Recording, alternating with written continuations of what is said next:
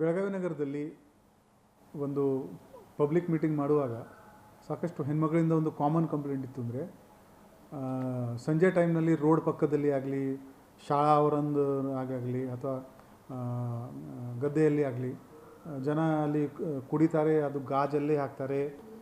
ಅದರಿಂದ ರೈತರಿಗೆ ಕೂಡ ತೊಂದರೆ ಆಗ್ತಾಯಿದೆ ಮತ್ತು ಇವರಿಗೆ ಸ್ವಲ್ಪ ಅಲ್ಲಿ ನಡ್ಕೊಂಡು ಹೋಗೋಕ್ಕೆ ಕೂಡ ಬೇಸರ ಆಗುತ್ತೆ. ಆ ಹಿನ್ನೆಲೆಯಲ್ಲಿ ನಾವು ಒಂದು ವಾರದಿಂದ ಒಂದು ಡ್ರೈವ್ ಶುರು ಮಾಡಿದ್ದೀವಿ. ಈ ಪಬ್ಲಿಕ್ ಪ್ಲೇಸ್ನಲ್ಲಿ ಯಾರು ಕುಡಿತಾರೆ ಅವರ ಮೇಲೆ ಎಕ್ಸೈಸ್ ಆ್ಯಕ್ಟ್ನಲ್ಲಿ ಮತ್ತು ಕರ್ನಾಟಕ ಪೊಲೀಸ್ ಆ್ಯಕ್ಟ್ ಪ್ರಕಾರ ನಾವು ಅವರ ಮೇಲೆ ಕಾನೂನು ಕೇಸ್ ದಾಖಲು ಮಾಡ್ತಾಯಿದ್ದೀವಿ. ಒಂದು ವಾರದಲ್ಲಿ ನಾವು 24 ಕೇಸಸ್ ಮಾಡಿದ್ದೀವಿ. 36 ಜನರಿಗೆ ಸೆಕ್ಯೂರ್ ಮಾಡಿದ್ದೀವಿ. ಅವ್ರದ್ದು ಡಿಜಿಟಲ್ ರೆಕಾರ್ಡ್ ಕೂಡ ಮೇಂಟೈನ್ ಮಾಡ್ತಾಯಿದ್ದೀವಿ. ಈ ಡ್ರೈವ್ ನಮ್ಮದು ಕಂಟಿನ್ಯೂ ಆಗುತ್ತೆ. ಈ ಘಟನೆಗಳು ಎಲ್ಲಿವರೆಗೆ ಜೀರೋ ಆಗಲ್ಲ ಅಲ್ಲಿವರೆಗೆ ಈ ಡ್ರೈವ್ ನಮ್ಮದು ಕಂಟಿನ್ಯೂ ಆಗುತ್ತೆ. ಸಾರ್ವಜನಿಕರು ನಮ್ಮ ಪೊಲೀಸರಿಗೆ ಇದರಲ್ಲಿ ಸಹಾಯ ಮಾಡಲಿ. ಈ ಥರ ಯಾವುದೇ ನೀವು ಎಲ್ಲೂ ನೋಡಿದರೆ 112ಗೆ ನೀವು ಕರೆ ಮಾಡ್ಕೊಂಡು ತಿಳಿಸಿ. ನಿಮ್ಮ ಐಡೆಂಟಿಟಿ ನಾವು ಪ್ರೊಟೆಕ್ಟ್ ಮಾಡ್ತೀವಿ. ಬಟ್ ನಮ್ಮ ಬೆಳಗಾವಿ ಶಹರಕ್ಕೆ ಒಂದು ಒಳ್ಳೆಯ ಡಿಸಿಪ್ಲಿನ್ ಬರಲಿ.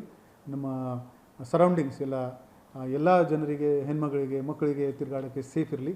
ಆ ದಿಕ್ಕಿನಲ್ಲಿ ನಮಗೆ ನಿಮ್ಮ ಸಹಾಯ ಬೇಕು.